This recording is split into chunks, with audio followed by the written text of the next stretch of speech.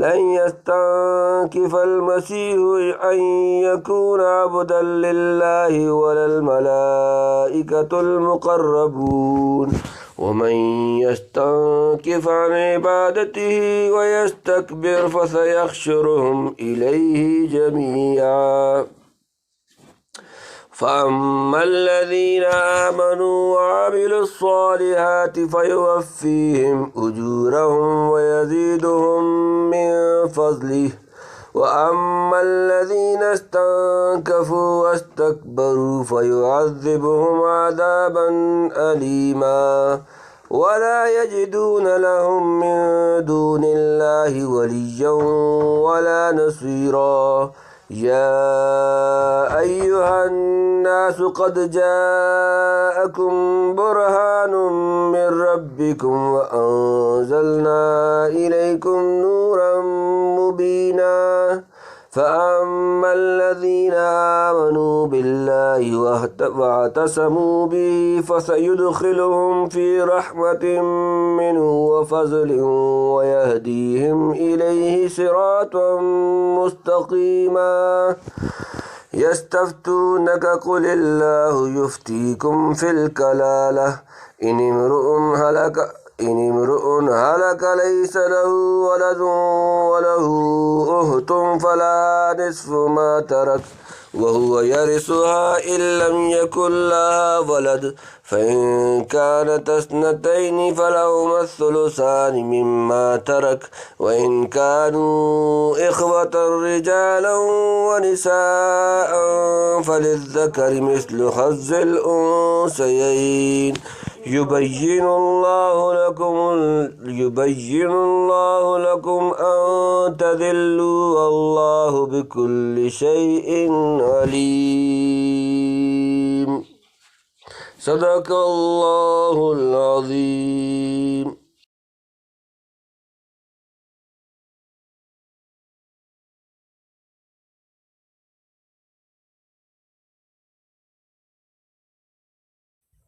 لن يستنكف المسيح أن يكون له عبدا لله والملائكة المقربون يستنكف عن عبادته ويستكبر فسيحشرهم إليه جميعا. لن يستنكف آر نہیں مسیح ان کے یکون وہ عبدن بندہ للہ اللہ کا ولا اور نہ الملائکۃ فرشتے المقربون مقرب جمع ومن اور جو یستنکف آر کرے ان سے عبادت ہی اس کی عبادت و یستکبر اور کبر کرے فسیحشرهم تو قریب جمع کرے گا الیہ اپنے پاس جمیعاً سب مسیح کو. اس سے ہرگز آر نہیں کہ وہ بندہ ہو اللہ کا اور نہ فرشتوں کو جو مقرب ہے اور جس کو آر آوے اللہ کی بندگی سے اور تکبر کرے سو وہ جمع کرے گا ان سب کو اپنے پاس اکٹھا، یعنی اللہ کا بندہ ہونا اور اس کی عبادت کرنا اور اس کے حکموں کو بجا لانا. تو اعلیٰ درجے کی شرافت اور عزت حضرت مسیح علیہ السلام اور ملائکہ مقربین سے اس نعمت کی قدر اور ضرور پوچھیے ان کو ان سے اس کیسے ننگ اور آ سکتا ہے. البتہ ذلت اور غیرت تو اللہ کے سوا کسی دوسرے کی بندگی میں ہے. جیسے نصارہ نے حضرت مسیح کو ابن اللہ اور معبود مان لیا، مشرکین فرشتوں کو اللہ کی بیٹیاں مان کر ان کی اور بتوں کی عبادت کرنے لگے، سو ان کے لیے ہمیشہ کا عذاب اور ذلت ہے. فأما الذين آمنوا وعملوا الصالحات فيوفيهم أجورهم ويزيدهم من فضله وأما الذين استنكفوا واستكبروا فيعذبهم عذابا أليما ولا يجدون لهم من دون الله وليا ولا نصيرا. فأما پھر الذين آمنوا جو لوگ ایمان لائے وعملوا انہوں نے عمل کیا صالحات نیک فيوفيهم انہیں پورا دے گا أجورهم ان کے اجر ويزيدهم اور انہیں زیادہ دے گا من سے فضله اپنے فضل. وأما اور پھر الذين وہ لوگ جو استنكفوا انہوں نے سمجھا واستكبروا اور انہوں نے تکبر کیا فيعذبهم تو انہیں عذاب دے گا عذابا عذاب علیم درناک ولا يجدون اور نہ پائیں گے لهم اپنے لیے من سے دون اللہ ولی دوسرے والا اور نصیر مددگار. پھر جو لوگ ایمان لائے اور عمل کیے انہوں نے اچھے تو ان کو پورا دے گا ان کا ثواب اور زیادہ دے گا اپنا فضل سے. اور جنہوں نے آر کی اور تکبر کیا سو ان کو عذاب دے گا عذاب دردناک اور نہ پاویں گے اپنے واسطے اللہ کے سوا کوئی حمایتی اور نہ مددگار. یعنی جو شخص اللہ تعالیٰ کی بندگی سے ناک چڑھاوے گا اور سرکشی کرے گا تو وہ یوں ہی نہ چھوڑ دیا جائے گا بلکہ ایک روز سب کو اللہ کے سامنے جمع ہونا ہے اور حساب دینا ہے. تو جو لوگ ایمان لائے اور انہوں نے کام کیے یعنی اللہ کی بندگی پوری بجا لائے ان کو ان کاموں کا پورا ثواب ملے گا بلکہ اللہ کے فضل سے بڑی بڑی نعمتیں ان کے ثواب سے بھی زیادہ بھی ان کو ہدایت ہوں گی. اور جنہوں نے اللہ تعالیٰ کی بندگی سے ناک چڑھائی اور سرکشی کی وہ عذاب عظیم میں گرفتار ہوں گے اور کوئی ان کا خیر خواہ اور مددگار نہ ہوگا. جن کو اللہ کی بندگی میں شریک کر کے عذاب میں پڑے وہ بھی کام نہ آئیں گے. سو اب نصارہ سمجھ لیں کہ ان دونوں صورتوں میں سے ان کے مناسب حال کیا ہے اور حضرت مسیح علیہ السلام کے موافق شان کیا ہے. یا ایھا الناس قد جاءکم برہان من ربکم وانزلنا الیکم نورا مبینا، یا ایھا الناس اے لوگوں قد جاءکم تمہارے پاس آ چکی برہان و روشن دلی من سے ربکم تمہارے رب، وانزلنا اور ہم نے نازل کیا الیکم تمہاری طرف نورا روشنی مبینا واضح، اے لوگوں تمہارے پاس پہنچ چکی تمہاری رب کی طرف سے سند اور تاری ہم نے تم پر روشنی واضح۔ فاما الذین آمنوا باللہ واعتصموا بہ فسیدخلهم فی رحمۃ منہ وفضل ویہدیہم الیہ صراطا مستقیما۔ فاما پس الذین آمنوا جو لوگ ایمان لائے باللہ اللہ پر، واعتصموا اور مضبوط پکڑا بھی اس کو، فسیدخلهم وہ انہیں قریب داخل کرے گا فی رحمت میں منہ اس سے اپنی، وفضل اور یہدیہم انہیں ہدایت دے گا الیہ اپنی طرف راستہ مستقیم سیدھا۔ تو جو لوگ ایمان لائے اللہ پر اور اس کو مضبوط پکڑا تو ان کو دخل کرے گا اپنی رحمت اور فضل میں اور پہنچا دے گا ان کو اپنی طرف سیدھے راستے پر۔ پہلی وحی الہی اور بالخصوص قرآن مجید کی عظمت اور اس کی حقانیت کا بیان اور اس کی مطابقت اور اتباع کی تاکیدات کا ذکر تھا۔ اس کی ذیل میں حضرت مسیح علیہ السلام کی الوہیت اور ان کے ابن اللہ ہونے کا ذکر کیا تھا جس کے قائل سارہ تھے۔ اس کی تردید اور ابطال کے بعد اب اخیر میں پھر اسی اصلی اور ضروری بات کی سب کو تاکید فرمائی جاتی ہے کہ اے لوگو تمہارے پاس رب العالمین کی طرف سے حجت کامل اور نور روشن پہنچ چکا اور جو ہدایت کے لیے کافی اور وافی ہے، یعنی قرآن مجید۔ اب کسی تأمل اور تردد کی گنجائش نہیں ہے۔ جو کوئی اللہ پر ایمان لائے گا اور اس مقدس کتاب کو مضبوط پکڑے گا وہ اللہ کی رحمت اور فضل میں داخل ہوگا اور براہ راست اس تک پہنچے گا، اور جو اس کے خلاف کرے گا اس کی گمراہی اور خرابی اسی سے سمجھ لیجئے۔ یستفتونک قل اللہ یفتیکم فی الکلالہ ان امرؤ ہلک لیس لہ ولد ولہ اخت فلہا نصف ما ترک وہو یرثھها ان لم یکن لہا ولد فإن کانت اثنتین فلہما الثلثان مما ترک وإن کانوا اخوة رجالا ونساء فللذکر مثل حظ الانثیین یبین اللہ لکم ان تضلوا واللہ بکل شیء علیم۔ یستفتونک آپ سے حکم دریافت کرتے ہیں، کل کہہ دیں اللہ یفتیکم تمہیں حکم بتاتا ہے فی الکلالہ کلالہ کے بارے میں، ان اگر امرؤن کوئی مرد ہلاکا مر جائے، لیس نہ ہو لہو ولد اس کی کوئی اولاد، ولہو اور اس کی ہو اختن ایک بہن، ولا تو اس کے لیے نصف ما ترک جو اس نے چھوڑا ترکا ہوا اور وہ یرثھا اس کا وارث ہوگا۔ ان اگر لم یکن نہ ہو لہا اس کا ولد کوئی اولاد، فإن پھر اگر کانتا ہوں اثنتین دو بہنیں، فلہما تو ان کے لیے الثلثان دو تہائی مما اس سے جو ترکا اس نے چھوڑا ترکا، اور اگر کانوا ہوں اخوۃ بھائی بہن، رجالن کچھ مرد و نساء اور کچھ عورتیں، وللذکر تو مرد کے لیے مثل برابر حصہ الانثیین دو عورتیں، یبین کھول کر بیان کرتا ہے اللہ لکم تمہارے لیے ان تضلوا تاکہ بھٹک نہ جاؤ، اللہ اور اللہ بکل ہر شیء ان چیز علیم جاننے والا۔ حکم پوچھتے ہیں تجھ سے، سو کہہ دے اللہ حکم بتاتا ہے تم کو کلالہ کا، اگر کوئی مرد مر گیا اور اس کے بیٹا نہیں اور اس کی ایک بہن ہے تو اس کو پہنچا آدھا اس کا جو چھوڑ مرا، اور وہ بھائی وارث ہے اس بہن کا اگر نہ ہو اس کے بیٹا، پھر اگر بہنیں دو ہوں تو ان کو پہنچے دو تہائی اس مال کا جو چھوڑ مرا، اور اگر کئی شخص ہوں اس رشتہ کے کچھ مرد اور کچھ عورتیں تو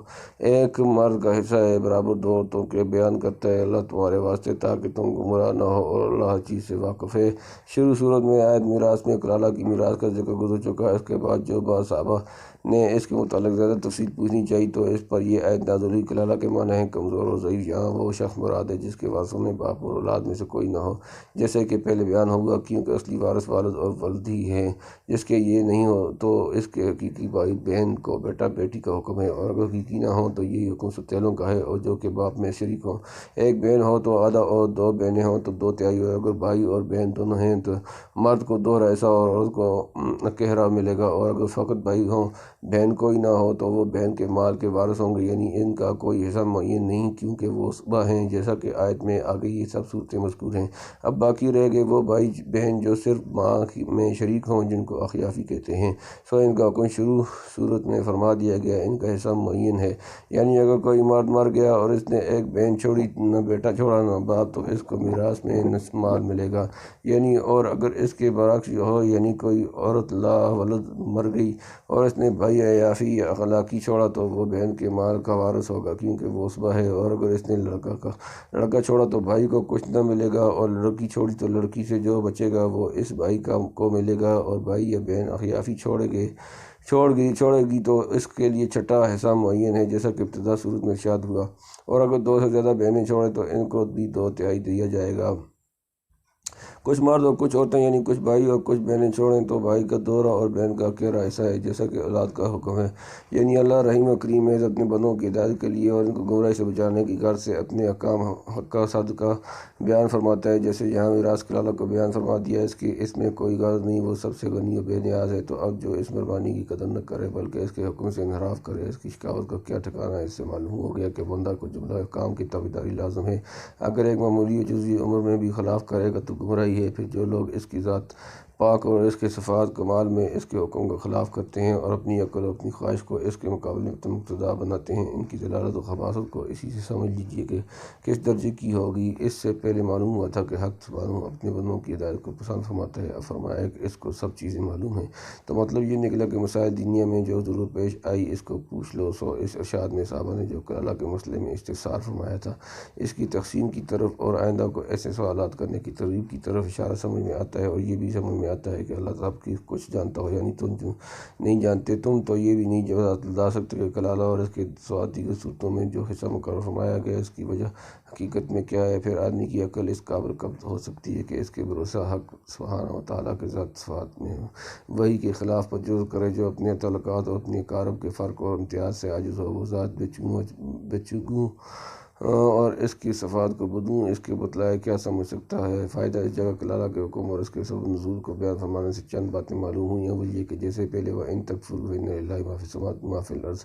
سورۃ النساء آیت نمبر 131 وما کا اس کے بعد بطریق تمثیل اہل کتاب کا حال ذکر فرمایا تھا۔ ایسے ہی ارشاد فأما الذین آمنوا باللہ واعتصموا بہ، سورۃ النساء آیت نمبر 175 آخر آیا کے بعد اصحاب رسول اللہ صلی اللہ علیہ وسلم اجمعین کو بطریق تمثیل ذکر فرمایا تاکہ وہی سے انحراف کرنے والوں کی گمراہی اور برائی اور وہی کا اتباع کرنے والوں کی حقانیت اور بلائی خوب سمجھ میں آ جائے۔ اسی کے ذیل میں دوسری بات یہ بھی ظاہر ہو گئی کہ اہل کتاب نے تو یہ غضب کیا کہ ذات اقدس سبحانہ و تعالیٰ کے لیے شریک اور اولاد جیسے شنیع امر کو اپنا ایمان بنا لیا اور وہی الہی کا ہم ٹھوک کر خلاف کیا، اور آپ رسول اللہ صلی اللہ علیہ وسلم کی یہ حالت ہے کہ اصول و ایمان و عبادت اور درکنہ معاملات جزیہ اور معمولی مسائل متعلقہ میراث نکاح وغیرہ میں بھی وہی کے متجسس اور منتظر رہتے ہیں، اور ہر امر میں رسول اللہ صلی اللہ علیہ وسلم تسلیم کی منہ کو تکتے ہیں، اپنی عقل اور خواہش کو حاکم نہیں سمجھتے۔ اگر ایک دفعہ میں تشفی نہ ہو گئی تو مقرر حاضر خدمت ہو کر دریافت کرتے ہیں مصرع ابھی تفاوت رہا از کجاست تا بکجا۔ اور یہ بھی معلوم ہو گیا کہ حضرت سید المرسلین بھی بلا حکم وہی اپنی طرف سے حکم نہ فرماتے تھے۔ اگر کسی امر میں حکم وہی موجود نہ ہوتا تو حکم فرمانے میں نزول وہی کا انتظار فرماتے، جب وہی آتی تب حکم فرماتے۔ اس سے صاف معلوم ہو گیا کہ ذات پاک وحدہ لا شریک لہ کے سوا کوئی حکم نہیں، چنانچہ آیات متعددہ میں ان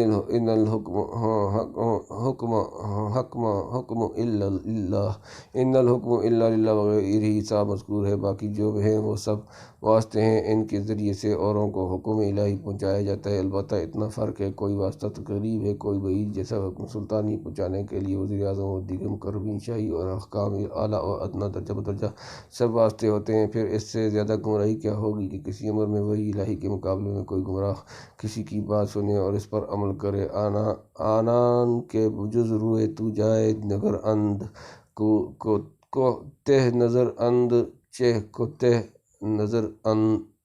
نیز اشارہ ہے کہ اسی طرف کی ایک دفعہ تمام کتاب کی نازل ہونے میں جیسا کہ اہل کتاب درخواست کرتے ہیں وہ خوبی نہیں جو حسب حاجت اور حسب موقع متفرق نازل ہونے میں ہے، کیونکہ ہر کوئی اپنی ضرورت کے موافق اس صورت میں سوال کر سکتا ہے اور بذریعہ وہی مطلوب اس کو جواب مل سکتا ہے جیسا کہ اس موقع میں ہے، اور قرآن مجید کے بہت سے مواقع میں موجود ہے۔ یہ صورت مفید تر ہونے کے علاوہ بوجہ شرافت، ذکر خداوندی و عزت خطاب حق عز و جل ایسے فخر عظیم پر مشتمل ہے جو کسی امت کو نصیب نہیں ہوا۔ واللہ ذو الفضل العظیم، جس سابق کی بلائی میں یا اس کے سوال کے جواب میں کوئی آیت نازل ہوئی وہ اس کے مناقب میں شمار ہوتی ہے، اور اختلاف کے موقع میں جس کی رائے یا جس کے قول کے موافق وہی مطلوب اتری قیامت تک ان کی خوبی اور نام نیکی باقی رہے گی۔ سو کلالہ کے متعلق سوال جواب کا ذکر فرما کر اس طرح کے بالعموم سوالات اور جوابات کی طرف اشارہ فرما دیا، اور شاید اسی اشارے کے غرض سے سوال کو مطلق رکھا، مسئول عنہ کو سوال کے ساتھ ذکر نہ فرمایا بلکہ جواب میں اس کی تصریح فرمائی جس کی دوسری نظیر قرآن شریف میں نہیں، اور نیز جواب کو بھی تصریح حق تعالیٰ کی طرف منسوب فرمایا۔ واللہ عالم واللہ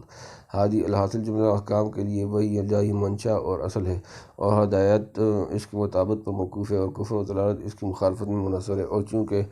آپ کے زمانے میں یہود و نصارہ اور جملہ مشرکین اور جملہ اہل ضلالت کی گمراہی کی جڑ یہی مخالفت تھی۔ اس لیے حق تعالیٰ نے اپنے کلام پاک میں بہت جگہ وحی کی مطابقت کی خوبی اور اس کی مخالفت کی خرابی پر متنبہ فرمایا۔ بالخصوص اس موقع میں 2 رکوع اس محتم بشان مضمون کے لیے نازل فرمایا اور تفصیل اور تمثیل کے ساتھ بیان فرمایا ہے۔ اسی وجہ سے امام بخاری رحمہ اللہ نے اپنی کتاب میں باب کیف کان بدء الوحی الی رسول اللہ صلی اللہ علیہ وسلم منعقد فرما کر آیت انا اوحینا الیک کما اوحینا الی نوح والنبیین من بعدہ سورہ نمبر 4 سورہ النساء آیت نمبر 163 کو ترجمہ الباب میں داخل کیا اور ان دونوں رکوع کی طرف اشارہ کر گئے۔ گویا مطلب یہ ہے کہ قولی تعالیٰ